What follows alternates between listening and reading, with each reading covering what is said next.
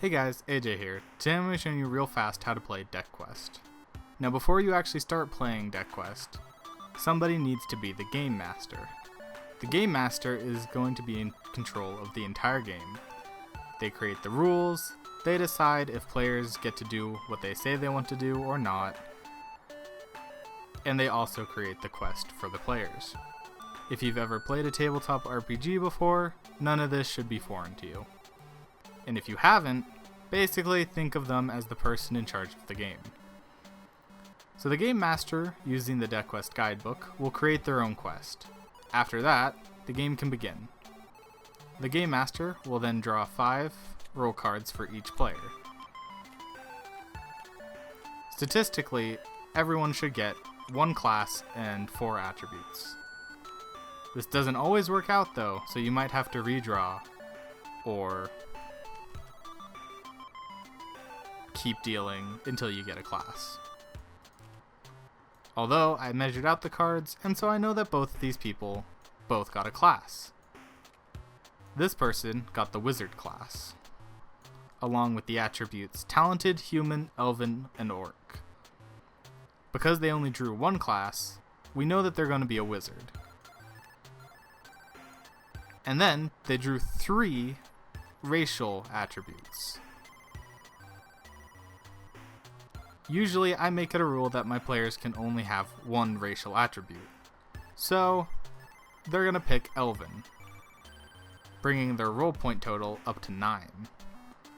And they're also going to equip Talented. Talented is an interesting attribute because it actually changes the attribute points of the rest of the cards, making this 2 and this 3.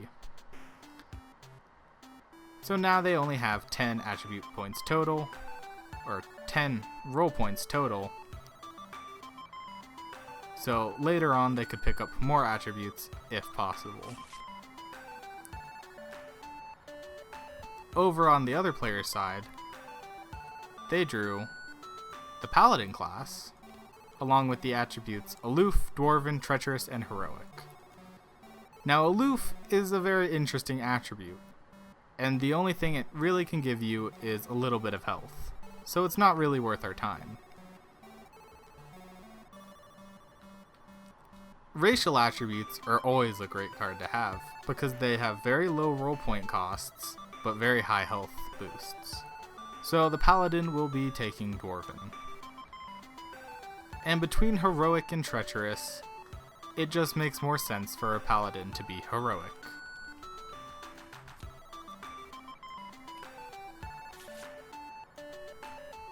So now we have our 2 players and their completed classes. We have our Heroic Dwarven Paladin and a Talented Elven Wizard. Now, the Game Master will draw the first location card. Their quest will begin in a sunken dungeon.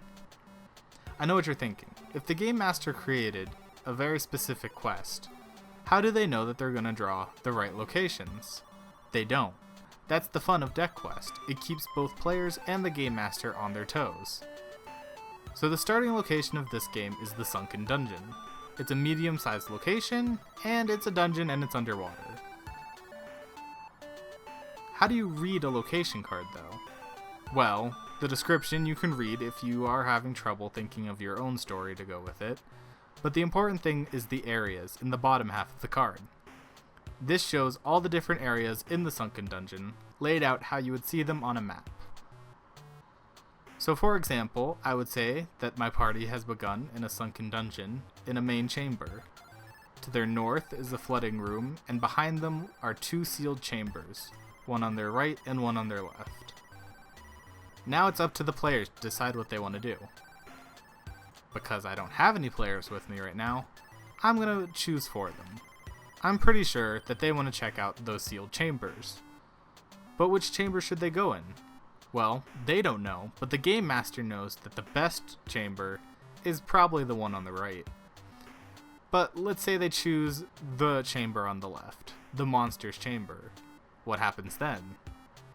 The Game Master probably wants to punish them for choosing the wrong pathway, and will summon an adversary.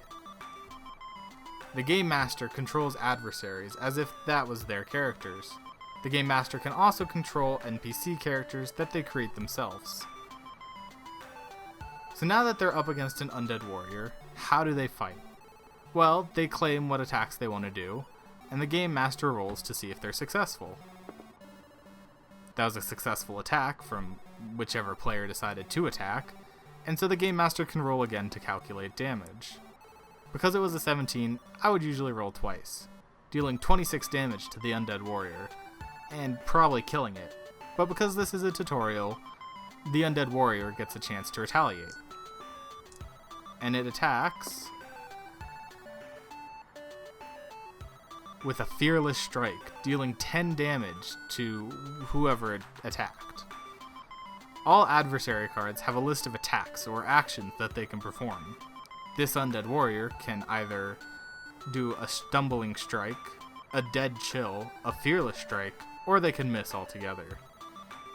What's interesting is their dead chill attack is completely unblockable, and their stumbling strike is a pretty weak attack.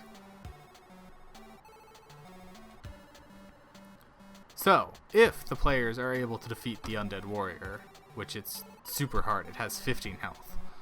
If they can beat the undead warrior, perhaps it might have an item on it that the Game Master can reward to one of the players. Item cards look a lot like roll cards, in that they have a gray area for a skill. They also have a stat modifier for the sword, its damage, and item durability or uses, depending on if it's consumable or equipable. The Iron Longsword's ability is Knight's Blade, and if it's equipped to a knight or a paladin, it adds +4 to all combat rolls. This would be great for the paladin. Now that the players have defeated an undead warrior in the sunken dungeon, they can leave. And as they leave the sunken dungeon, they come upon a blazing desert. This is how the game is played until the correct card is drawn to satisfy the quest. For example, let's say this game's quest was to reach a grassy field.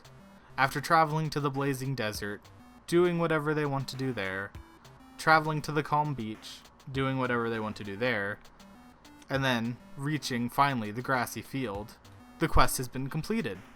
Now the game can end here, or can continue going if the players want to keep playing and the Game Master has another quest to give. Overall, DeckQuest is very open-ended, very loose, and can be played practically however you want.